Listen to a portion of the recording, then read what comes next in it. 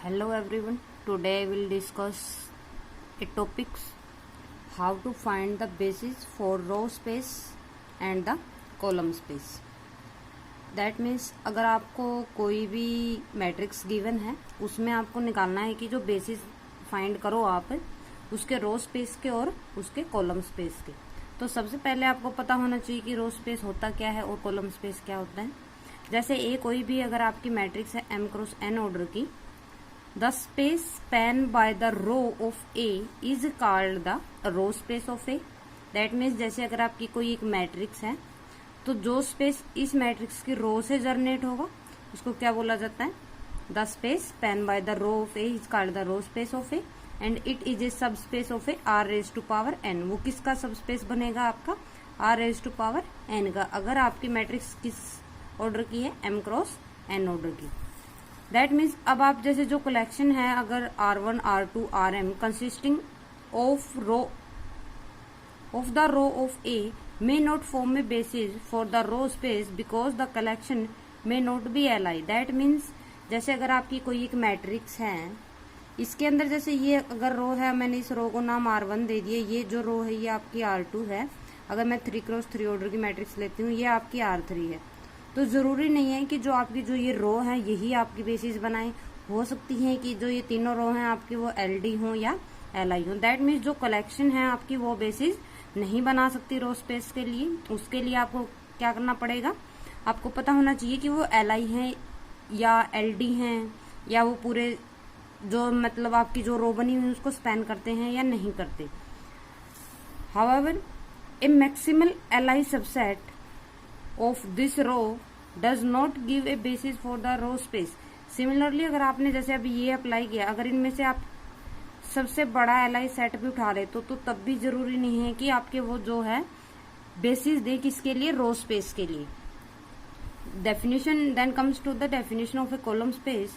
The space span by the column of A is called the column space of A and it is a sub space of R raise to power m। अगर आपकी matrix किस order की है? m cross n order की, तो जो column space है वो किसका सब स्पेस बनेगा? आपका r raise to power m का।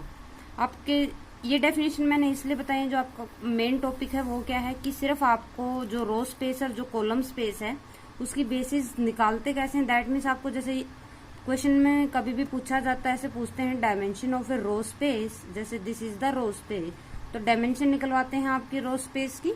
ऐसे ही आपके कई बार क्वेश्चन में पूछा भी जाता है कि dimension of a column space, तो कॉलम स्पेस की भी डायमेंशन आपसे पूछी जाती है।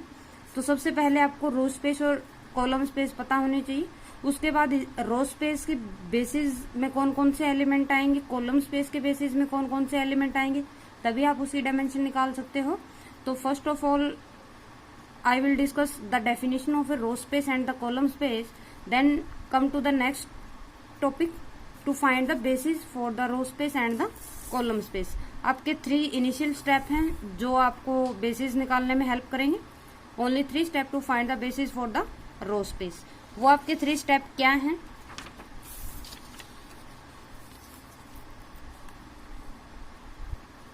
ये हैं आपके 3 स्टेप्स। जैसे ए कोई भी आपकी नॉन जीरो मैट्रिक्स है, आप ए कोई भी मैट्रिक्स लीजिए। कैसी? नॉन जीरो मैट्रिक्स लीजिए, ये आपकी जीरो नहीं है। Find the row echelon form of a matrix A. उसके बाद जो आपने मैट्रिक्स ली है उसकी क्या निकालनी है? आपने रो इक्वलन फॉर्म निकालनी है मैट्रिक्स ए की। Then non zero row in a row echelon form will form a basis for the row space of A. That means आपकी यहीं पे जो प्रोसीजर है वो खत्म हो जाता है कि आपको रो स्पेस की है जो वो बेसिस कैसे निकालनी है। जो भी आपको मैट्रिक्स गिवन है सब फर्स्ट ऑफ ऑल आप क्या निकालो? उसके रो इक्वलन फॉर्म निकालो। देन उसमें जितनी नॉन जीरो रो हैं वही आपकी क्या बनाएंगी? जितनी नॉन जीरो रो हैं किसमें? रो इक्वलन फॉर्म में, वही आपकी क्या बनाएंगी? बेसिस बनाएंगी। किसके लिए? रो स्पेस ऑफ ए। अब ये मैं आपको एग्जांपल के थ्रू समझाती हूँ। जैसे आपकी ये कोई भी मैट्रिक्स है, ये कोई भी मैट्रिक्स आपकी 3 क्रॉस 5 ऑर्डर की, -3 6 -1 1 -7 1 -2 2 3 -1 2 -4 5 8 एंड -4। अब आपको इस मैट्रिक्स की क्या करनी है? रो इक्वलन फॉर्म बनानी है। तो रो इकोलन फॉर्म कैसे बनाओगे? आपको जो भी आपका ये एलिमेंट है ये यूनिटरी होना चाहिए और इसके नीचे वाले सब क्या होने चाहिए? 0 होने चाहिए। तो मैंने पहले क्या किया, फर्स्ट और सेकंड रो को क्या कर दिया? इंटरचेंज कर दिया। देन जो मैट्रिक्स बनेगी वो ये बन जाएगी। फर्स्ट और सेकंड रो को इंटरचेंज करने के बाद थर्ड आपकी सेम रहेगी। अब क्या करो, जो आपकी फर्स्ट रो है उसको 3 से मल्टीप्लाई कर दीजिए और सेकंड रो में ऐड कर दीजिए। फर्स्ट रो को 3 से मल्टीप्लाई करके सेकंड में ऐड कर दीजिए। जो चेंजेस होंगे वो R2 में होंगे। वो कैसे लिख दी? फर्स्ट रो आपकी सेम रहेगी, थर्ड रो भी आपकी सेम रहेगी, सेकंड रो में इसको 3 से मल्टीप्लाई करके इसमें ऐड कर दीजिए तो ये बन जाएगी। देन अब क्या करो, आप फर्स्ट रो को 2 से मल्टीप्लाई कर दीजिए और R3 में से R1 को सब्ट्रैक्ट कर दीजिए। तो जो चेंजेस होंगे वो R3 में लिखे गए हैं, वो ये देखिए। Then comes to the next points. अब आप R3 को चेंज करो, 5 से मल्टीप्लाई करके R2 इसमें से सब्ट्रैक्ट कर दीजिए तो ये रो आ जाएगी, ये मैट्रिक्स बन जाएगी आपकी। Then comes to the next, जो आपकी R2 है उसको आप 5 से डिवाइड कर दीजिए तो जो ये है वो आपकी मैट्रिक्स बन जाएगी। अब ये देखिए, ये आपकी रो इकोलन फॉर्म है मैट्रिक्स A के लिए। अब मैंने क्या बोला था कि जो भी नॉन जीरो रो होंगी आपकी, जो भी नॉन जीरो रो होंगी किसमें? रो इकोलन फॉर्म में, वही क्या बनाएंगी? आपकी बेसिस बनाएंगी।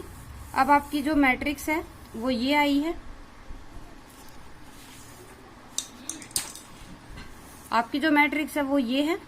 तो इसमें नॉन जीरो रो कौन कौन सी है आपकी? First and the second are the non zero row. तो वही आपकी क्या बनाएंगी? बेसिस बनाएंगी रो स्पेस के लिए। अब ये देखिए, मैंने यहाँ स्केच के साथ दिखाया हुआ है आपको। जो फर्स्ट रो है और जो सेकंड रो है वही आपकी क्या बनाएंगी? बेसिस बनाएंगी। किसके लिए? रो स्पेस के लिए। क्योंकि यही आपकी क्या थी? 2 नॉन जीरो रो थी, फर्स्ट एंड द सेकंड, यही 2 नॉन जीरो रो है और यही क्या बनाएंगे? आपकी बेसिस बनाएंगे। किसके लिए? रो स्पेस के लिए। ऐसे ही आप कॉलम स्पेस की क्या निकालोगे? बेसिस निकालोगे। कॉलम स्पेस की बेसिस निकालने के लिए भी यही एल्गोरिथम रहेगा। एक पॉइंट अलग होगा आपका। जैसे अगर आपको बेसिस निकालने हैं तो कोई भी मैट्रिक्स आपकी नॉन जीरो मैट्रिक्स गिवन है, first of all find the row echelon form of a matrix A. Then this is the important points, column of A which contain leading one in row echelon form will form basis for the column space of A. You understand? जैसे आपने जो matrix थी, जैसे मैं यही example लेती हूँ, जो अभी भी जो बेसिस निकाली थी रो स्पेस के लिए, रो स्पेस की जो बेसिस निकाली थी उसी मैट्रिक्स के लिए। जैसे ये आपकी कोई भी मैट्रिक्स गिवन थी, जब इसकी आपने रो इकोलन फॉर्म बनाई थी तो जो मैट्रिक्स थी वो आपकी क्या बनी थी? ये बनी थी। दैट मीन्स जो कॉलम स्पेस के एल्गोरिथम है उसके 2 पॉइंट्स ने सेटिस्फाई कर दिए हैं कि कोई भी हमने मैट्रिक्स ली उसकी रो इकोलन हमने फाइंड कर दी। देन अब इसके थर्ड पॉइंट्स इसी के ऊपर अप्लाई करते हैं। ये क्या है? Columns of A which contain leading one in row echelon form. That means ये जो ओरिजिनल मैट्रिक्स है उसके बारे में बात कर रहा है आपका। Column of A which contain leading one in row echelon form. जैसे आपकी ये रो इकोलन फॉर्म है, इसमें जो लीडिंग वन है, जैसे इसमें जो लीडिंग वन है वो कौन है? आपका ये है, जिसको हम पाइवोट कॉलम बोलते हैं। इसमें नहीं आएगा ये, फिर आपका क्या है? पाइवोट कॉलम है। दैट मीन्स जो जिस कॉलम के अंदर आपके जो ये पाइवोट कॉलम लाई करते हैं वही आपके बेसिस बनेंगे कॉलम स्पेस के लिए।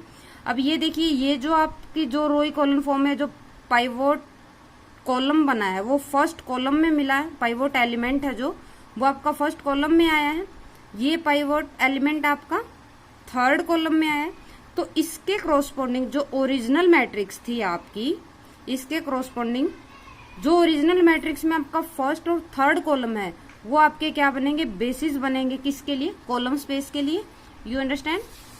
ये देखिए, यही जैसे मैंने ये आपका पाइवोट क्या था? एलिमेंट था। तो इसके कॉरस्पॉन्डिंग जो कॉलम बना है वो पाइवोट कॉलम है। ये भी आपका थर्ड पाइवोट कॉलम है। दैट मीन्स इसके जो बेसिस हैं उसमें कौन आएंगे? जो ओरिजिनल मैट्रिक्स है आपकी उसका first and the third column, जो ओरिजिनल मैट्रिक्स है आपकी ए। अब आपकी ओरिजिनल मैट्रिक्स थी वो क्या थी? ये देखिए आप, ये थी आपकी ओरिजिनल मैट्रिक्स। इसमें जो आपका फर्स्ट कॉलम है और जो आपका थर्ड कॉलम है वो क्या बनेंगे, आपके बेसिस बनेंगे। किसके लिए? कॉलम स्पेस के लिए। ये देखिए आप, इस मैट्रिक्स का जो फर्स्ट कॉलम था, this is the basis for the column space. Thank you for watching my video. अगर आपको अच्छी लगे तो प्लीज मेरे चैनल को सब्सक्राइब कर लीजिए। Thank you.